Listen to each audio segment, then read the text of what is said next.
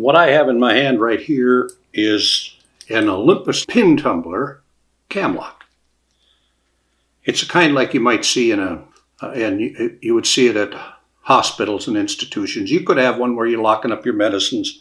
They're an extremely popular lock. Well, Olympus Lock makes this premium pin tumbler cam lock. It comes with everything you need. One of my favorite things about the Olympus lock is this mounting plate. They call it an anti-rotation plate. It's extremely valuable because it has what they call a double D platform right there, where they have these two flat sides that fit snugly into the cylinder on a cam lock, because it also has flat sides like that. So that's where they use this anti-rotation plate.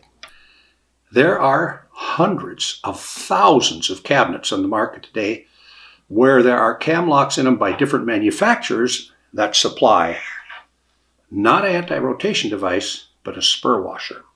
Well, the spur washer kind of works in wood, but it isn't the real solution. It comes loose. Sometimes the spurs flatten, but it is not a really good solution to prevent the cam lock from spinning in the hole.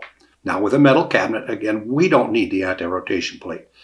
The metal cabinet has a hole stamped in it with the double D platform. If you have a wooden drawer front on your cabinet and you drilled a round hole into the wood, one of the things you don't want to happen is to have the nut on the back of the cabinet come loose, or have this spur washer that's commonly used fail inside of your cabinet.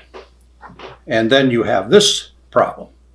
Someone comes along with a screwdriver or something, and they're able to twist the lock in the hole in order to defeat the locking mechanism.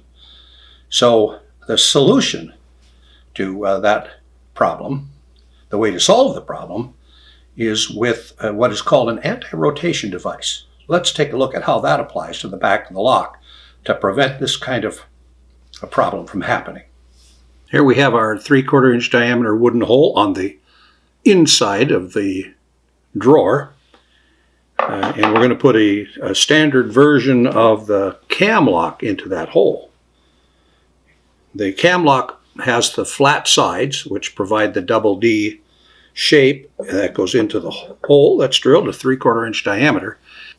Now, the manufacturer has tried different ways of preventing this lock from being defeated and spun in the opening. One of the most common ones is the spur washer, like you see here. But it has not been the best of solutions. What I really like is the anti-rotation plate that was manufactured by Olympus. Watch how nice this fits on the lock. Wraps around a nice double D platform there, as you see. And look at the screw holes that are going to lock this thing down. It's installed on the inside of the drawer box. It has the double D platform, so the lock will not spin in the hole. It's as good as if this thing was this was a metal cabinet where the hole was stamped into the metal cabinet. There we have installed the lock. And the next thing to do is to spin on the nut that holds everything in place, which we do right there, and tighten that up as tight as we can get it. What we want to achieve when we tighten the lock is to have a flat side of this brass fixing nut that screws onto the lock cylinder exposed right there. And then we take our third screw. The third screw now is installed, and it's up tight against the fixing nut for the lock cylinder, or the cam lock cylinder.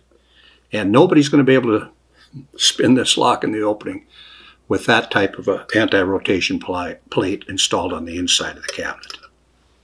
I really think you ought to, anytime you buy a lock, you should, if they supply spur washers, then you should buy these as an accessory and then use them instead of the spur washers.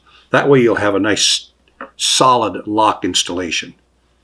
And it'll save you the grief of going out in the field and replacing locks that are coming loose because they don't have this nice feature.